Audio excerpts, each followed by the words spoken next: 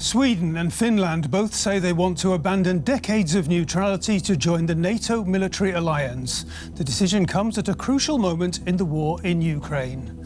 Images of Ukrainian fighters, many horribly wounded, being evacuated from the Azov steelworks in Mariupol have gone around the world. In view of Russia's brutal onslaught in that city and elsewhere, it's no wonder perhaps that Sweden and Finland are seeking fast-track membership of NATO. However, that move could potentially be blocked by alliance member Turkey. So will enlargement come, and what impact might it have? On To The Point, we ask, knocking on Putin's back door, is NATO really threatening Russia?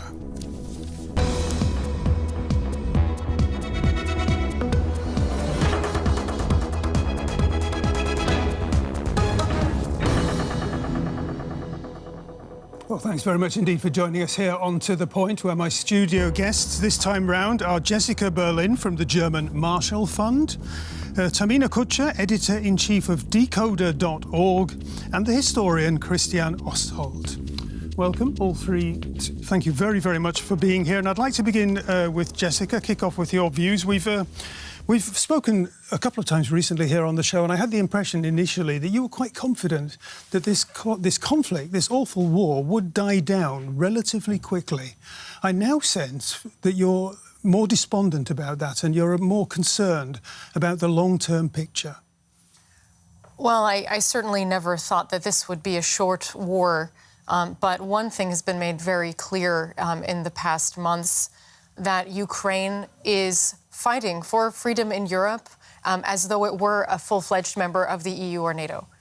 Their resistance and their tactical brilliance has been remarkable, as well as the resilience of the people, the political leadership. And so one thing is clear, the war will not end with a Russian victory. Okay. Tamina Kutscher, your introducing remarks might focus on telling us about your organisation. What does it get up to? What kind of platform is it? Mm-hmm.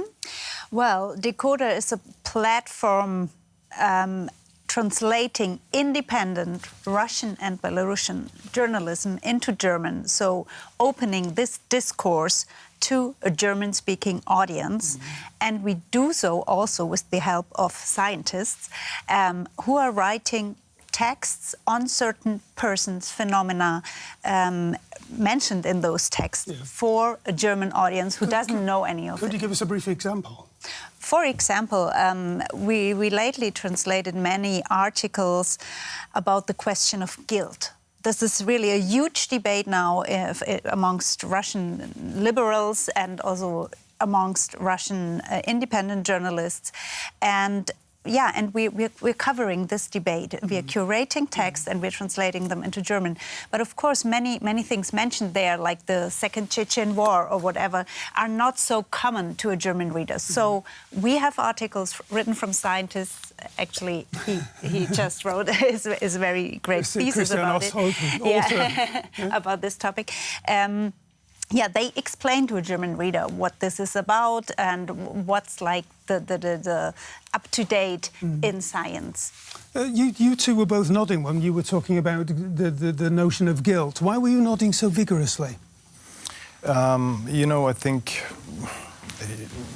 guilt is a philosophical category, first of all, and can be also discussed in a court.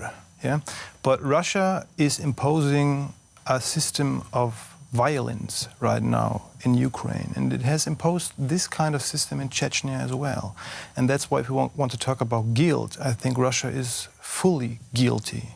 It wants to crush the Ukrainian state, it wants to enslave its people, and that's why it must be stopped. This is a very dire vision indeed. You're a historian of Russia. For me, that suggests that there must have been a moment in your life, I guess, where you sort of fell in love with Russia, where you became fascinated by it. Have you fallen out of love with Russia? Yes, I think this is exactly the right description. I have been loving Russia for more than 20 years. My wife is Russian. But after the beginning of the war, everything stopped. My feelings towards Russia turned into its opposite. I am criticizing Russian policy very, very, very often right now, and I am deeply convinced that this system, the system imposed by Vladimir Putin, has no future, and it must be stopped. OK, pretty grim stuff. Vladimir Putin has threatened violent action if the decision is taken to give accession to NATO to Sweden and Finland, or even in the case of their applying for NATO membership. That violent response hasn't come from Putin so far, but let's find out a little bit about the history that is the background to the latest developments right now. It's been more than 200 years since Sweden last waged war against Napoleon. Since then, military neutrality has been both a high priority for the country and its state policy. Now, Sweden is following Finland's lead and ditching this approach to join NATO. As a member of NATO, Sweden will not only achieve more security, but also contribute to more security. We cannot trust anymore that there will be a peaceful future next to Russia with our own. That's why we're making the decisions to joining NATO. It's an act of peace that there would ever again be war in Finland in the future. Finland was invaded by the Soviet Union in the so-called Winter War from 1939 to 1940. Despite a strong resistance, the small country had to sign a peace treaty dictated by Moscow, which resulted in Finland coordinating its foreign policy with the Kremlin for decades. Now, NATO is edging even closer to Russia, all the way up to its 1,300-kilometer border with Finland. Is NATO's northern expansion a threat to Russia? Well, let me give that question to Jessica. Is it a threat to the northern expansion to Russia and its interests? Absolutely not. Finland and Sweden are joining NATO not because they're interested in attacking Russia, but because they're afraid of attack from Russia. NATO is a defensive alliance, and the fact that the NATO is a defensive alliance, end of story. A defensive alliance, yeah. Yes. This is in the charter of NATO. This is what NATO is for, common defense. And for Sweden and Finland, the fact that they have abandoned decades of policy towards Russia and neutrality in the NATO-Russia network, this is a clear sign of failure also of Putin's stated goals and aims with his invasion of Ukraine. He said this was a response against expansion of NATO, but he's actually just made clear why this defensive alliance is still necessary. We talked about guilt. Is the NATO expansion, is it a completely non-guilty? Is it an innocent activity, an innocent political policy that has been taking place for so long? I think the expansion of NATO is a reaction to the wishes of its new members. I mean, they came to the NATO and said, we would like to be part of the club. It was not the NATO that said, you must be part of it. And that's why I think the Russian narrative of being surrounded by the NATO, of being even threatened, it is a myth. It is a necessary myth in order to keep on lying, if you will. Tamina, do you go with that? Yeah, I absolutely go with that. And this is also what many Russian commentators said already before, actually, that with this war, Putin said that we will Russians and Ukrainians are one nation. But what does the world see now? Ukraine is proving the whole world that it stands together as a nation against Russia, an aggressor. And the other thing Putin wanted to do with this war is to keep the NATO away, the NATO aggression or whatever. And what is happening? The NATO came as close as never before to Russia. And this is what many Russian commentators predicted. And they said right from the beginning, this war is a huge mistake. And now, as the reaction of Putin is, it seems relatively mild, yeah? He started a war against Ukraine, whose NATO membership was in the far, far future. And now, when Sweden and Finland are knocking right on the door of the NATO, he says, yeah, it's not a threat, but please, be aware. And they say this proves that it was never about Ukraine not joining NATO, this war. It was always about, Ruski mir, the Russian world, the imperial wish of Russia, who simply doesn't want Ukraine to be a cultural and political independent state moving west. Let me add something to that, please. You know, Vladimir Putin, or the Kremlin, has published an essay written by Vladimir Putin last year. It was in June 2021. Yeah. And we historians, we were like, okay, there's a president who wrote an essay. Never mind, no problem. But after the beginning of the war, the essay came out as what it was. It is an ideological manifest of a guy who wants to redraw the map. And Putin said there very clearly that there cannot be an independent Ukrainian state as a political entity which is somehow not connected to Russia. So he deeply believes that Ukrainian people are Russian people. I'm talking about the so-called triune nation, Belarus, Ukraine, Russia. And that's why he has to show them who they really are. And he's actually doing this by force. OK, we're talking about Vladimir Putin and his response to the latest developments about the Scandinavian bid to join NATO. Let's just hear a little bit of his reaction to that move, which was pretty unexpected. Here we go. Finland, Sweden. Russia has no problems with these countries. Therefore, any NATO expansion involving these countries does not pose a direct threat to us. However, expansion of military infrastructure to these areas will undoubtedly provoke backlash from us. Tamina, there are those who say we should always take Vladimir Putin at his word. There are those who say we should never take Vladimir Putin at his word. What's your response to that comment when you hear it? Do you believe what he's saying? Well, I think, as I said before, this reaction seems quite mild. And I think he knows that he actually doesn't have any chance. Of course, he's trying now. He's calling his buddy in Turkey. He will visit Erdogan, who also has some interest in meeting him and trying to meet interests. But no, I think, actually, he doesn't know what to do. He knows he has to accept it. Well, OK, his Deputy Foreign Minister Sergei Ryabkov came out and told Russian news agencies there is another grave mistake being made here with far-reaching consequences. So there is some very, very hard talking going on there. That's more what we would have expected. What are those consequences, or what may they be? Actually, I'm not quite sure about it. I mean, what can he do? Does he want to start another war where the Russian forces are being defeated almost daily? I mean, what we're seeing right now in Ukraine is embarrassing somehow. I mean, the myth that we have all, let's say, bought in the West, that the Soviet Union and its army and the Russian Federation was so strong, I mean, came out to be wrong. And the Finnish Winter War proved it already when they had so big losses and casualties. You say the setback has been embarrassing for Vladimir Putin, but he is still in the driving seat in the car. He's the person we're trying to work out what his map has on it and where he's leading us. You know, maybe, of course. I don't think that he has a map. I don't think that he initially planned to conquer, if you will, Ukraine within 5 days. Mm-hmm. They would put the Russian flag on the Maidan, everything would be over.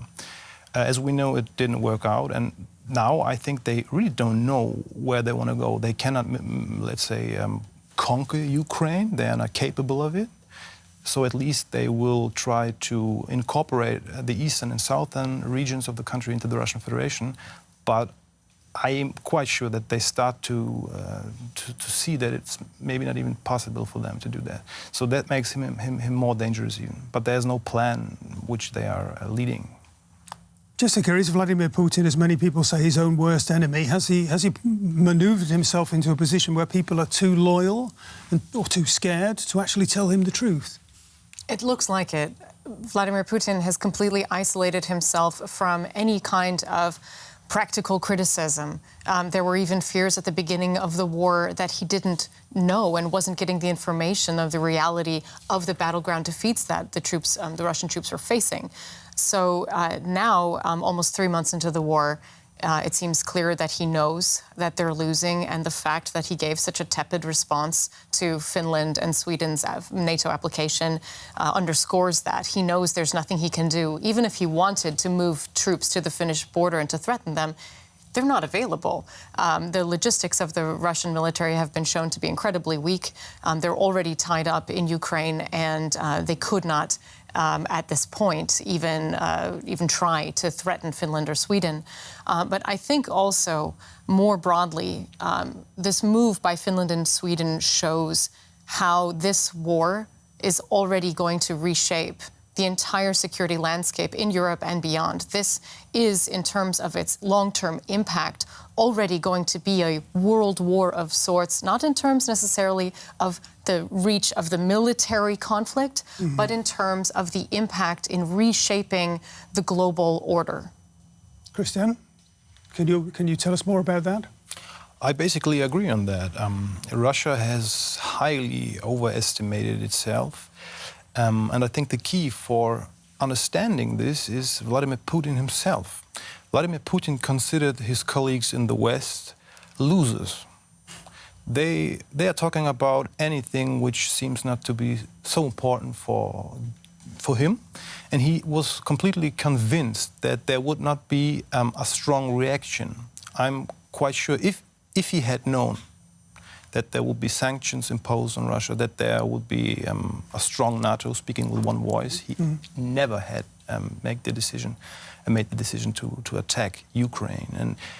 And in that respect, the West got it all wrong because they were sending signals of vulnerability. Yes, exactly. You remember, for example, the Bundeskanzler, when the Chancellor of Germany, in the first days or weeks, he came out with an announcement like, okay, what we're not going to do this, that. If you listen to Misha Khodorkovsky, he said that Putin is something like a thug. He's an agent, he's a even gangster, he says. And if a very aggressive guy approaches you and you start to tell him what you won't do, this is not very, very smart, actually. So what I want to say is basically that we, as a West, we need to stay strong. We need to communicate what we are going to do and we need to draw red lines. And that's why the decision of Sweden and Finland of wanting to join the NATO is completely consequent and right. Okay. Well, let's go from one strongman, as it is sometimes said, to another. And Recep Tayyip Erdogan is the leader of an established NATO member that has been doing all it can to profit from the current situation. Here's what it sounds like. Sweden is a breeding ground for terrorist organizations. Most importantly, we cannot say yes to NATO membership for those who impose sanctions on Turkey in the midst of this process. NATO is a security organization. Tamina, can Recep Tayyip Erdogan block the bid by the two Scandinavian nations to get accession to NATO? Well, I don't think so. I mean, he's trying now to, to negotiate with NATO, of course, to see if there are any common interests also maybe with Putin or with NATO, and to profit from this whole debate and process. But he cannot stop it. And actually in Russia, nobody's really very surprised that Putin is now meeting his buddy Erdogan, but no one thinks that this will change anything in the end. On the contrary, for the first time on public television, there was a former military general speaking out to a million people audience who said actually that this war is lost, that Russia has to stop this war. Of course, this is only a short moment now, and we need many of those moments, and we need Shoigu, to the defense minister, to tell Putin this. But still, there are already these moments of criticism within Russia, and I think it is because there's a huge concern amongst some military experts who dare to speak out that this war is lost and that it has to stop. What can you tell us, Christian? You have your contacts to Russia. What are people saying to each other? How cagey, how cautious are they being at this point in time? You know, I think at home people know quite well what is happening right now. Yeah, that there is no denazification and all of that stuff. This is a war. But of course, they cannot talk about this in public Putin himself imposed very, very rude laws. I mean, if you are going to talk about it and criticize it, you can go to jail for 15 years in Russia. This is something completely new. So the people basically know what's going to happen, but it is somehow a part of the tradition not to say publicly. You indicated earlier, because of your experience in Chechnya, you're a real expert. You've written a lot about it. How does that help us to understand what's going on now and what might happen next? I think looking at Chechnya somehow like take a look at the future maybe, because the system of violence I was talking about in the first minutes of our show could be imposed in Ukraine as well, and this would mean a horrible time and terror being imposed by state in the south or in the east of Ukraine. Russia is sometimes described as an evil empire. Is that useful in any way? I mean, it's polemics, isn't it? I mean, it was Reagan who said that the Soviet Union was the empire of evil. I mean, okay, it's quite funny, but it should not be, let's say, an argument for anything. Yeah, but Christian, you recently, I saw, it caught my eye that you wrote a text where you said states are neither good nor evil. All they do is to pursue their vital interests. Yes, that's true, but we have to see that Vladimir Putin actually is willed to do this by the use of force, and this makes everything completely different. That's why Russia's a pariah, isn't it? What would you say, Jessica, about what's going on in the minds of people in Russia at the moment as they see do we know that do people properly know about what's going on with the Scandinavian deal, with the extension of NATO? Look, I would put forward that theorizing about what's going on in the heads of the Russian people is not even really the question or the issue at hand right now. Right now, the only thing that matters in the immediacy of this war is swift victory for Ukraine. Yes. This is what we need to focus our political energy on, our economic power on. What's the timeline when you refer to sort of swift action, successful? We're moving at the speed of war. Nobody can anticipate what is going to happen next. And the point is, swift means as soon as possible. There's not a deadline on it. But what we do know is that the quicker the supply chains can move to deliver European and American weapons to Ukraine, to enable the military to resupply, also to enable Ukrainian grain and agricultural exports to leave the country, to keep medical supplies coming in. We need to make absolutely clear to Russia that this is a losing battle and that the longer the war goes on, the more Russia will suffer. And basically incentivize Russia, deter Russia from continuing, and get them to draw back. That needs to be the goal. And I fear that the trauma and the shame and the guilt of having been the aggressor nation that Russia and the Russian people will feel. We in Germany understand this very well. Even almost 80 years after the war, we still grapple with the legacy of our crimes in World War II. Yeah. And when the bombs have stopped, then we can have this conversation of how do the Russians feel and how do we somehow bring them back into the international community. But for me, both as a citizen and as an analyst, I think the focus needs to be on Ukrainian victory. Yeah, it's absolutely right, because it's really hard to tell what do Russians think now. I mean, we have surveys, but who would speak out frankly in an authoritarian system? We have huge propaganda and disinformation, and not only since the war started, but it started a long time before already. So I think it's really hard to tell what people think, and if you ask them on the street, they will answer anything they heard in the news the day before. But maybe when you sit in the kitchen or when you write with a messenger like Signal or whatever, they might tell you something completely differently. So it's kind of a black box what people in Russia really think. I think, but still we must see that there are many people supporting Putin in Russia. Of course. I mean, I recently saw a clip in the Russian media. They said something like, oh, Mariupol was not destroyed by the Russian army, it was destroyed by retreating Nazis. And many people obviously seem to believe this. And how can you comment on that? It's absurd, of course. Even if they do not believe, even if they don't believe it, it doesn't mean they believe what Western media is telling them. So, a short word: this war has to stop. Yeah, that would be the best, actually. Yeah. If the war was going to have been stopped by the Russian people rising up and protesting, that would have happened months ago. We know that's not going to happen, so we need to focus on the Ukrainians' fight. Great stuff, all three of you. Thanks very much for being here today. We've been discussing, is NATO really threatening Russia?